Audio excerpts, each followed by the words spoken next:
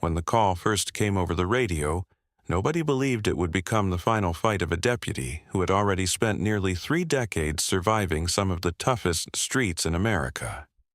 For years, Deputy Rick Coyle had worked as a police officer in Chicago before later serving quietly in Kentucky, protecting schools, helping families, and responding to ordinary calls in a small American community. But on what seemed like another routine service call, something suddenly went terribly wrong. And within seconds, an experienced veteran officer who had spent his life protecting others was fighting for his own life. At first, the situation did not sound especially dangerous. The call involved legal guardianship paperwork, the kind of routine assignment officers handle constantly across America every single day. Nothing about it suggested violence. Nothing suggested a deadly confrontation. And that may have been the most chilling part of the entire story. Because for police officers, danger rarely announces itself before it arrives. Deputy Coyle responded like he had done thousands of times throughout his career. Calm, professional, experienced. After nearly 30 years in law enforcement, he had already seen situations most people could barely imagine surviving. Chicago alone had tested him through decades of difficult policing, violence, and pressure. Officers who knew him described someone steady under stress, the kind of veteran younger deputies naturally looked toward when situations became uncertain. But that day, uncertainty turned into chaos almost instantly. Somewhere during the encounter, gunfire suddenly erupted. In only a few terrifying moments, the routine call transformed into a nightmare. Fellow officers rushed toward the scene while emergency radio traffic exploded with confusion and urgency. And when deputies realized Rick Coyle had been shot, the atmosphere changed immediately from response to survival. What made the situation even more emotional was the fact that Coyle was not just another deputy. By that point in his life, he had already dedicated decades to serving communities across 2 states. After retiring from Chicago policing, he could have stepped away completely. He could have chosen a quieter life. Instead, he continued serving, eventually becoming a school resource officer, protecting children and families in a smaller Kentucky community. As news of the shooting spread, shock moved quickly through both the sheriff's office and the local community. People who knew him struggled to understand how a veteran officer with so much experience could suddenly become the victim of a violent attack during what appeared to be a relatively routine call.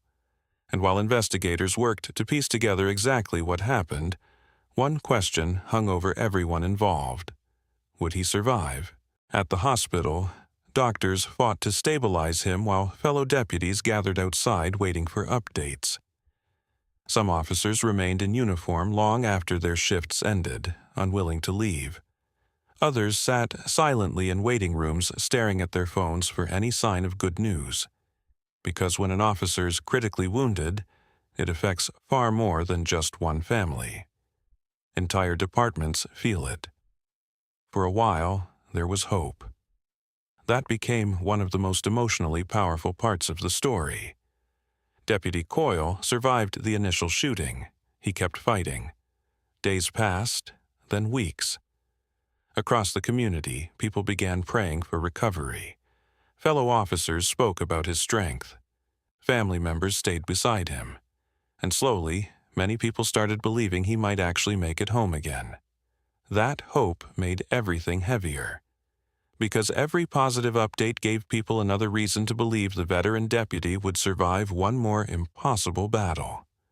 Officers who had worked alongside him for years described him as tough, resilient, and deeply committed to service. If anyone could survive something like this, many believed it would be Rick Coyle. Meanwhile, the story continued spreading throughout law enforcement communities across America.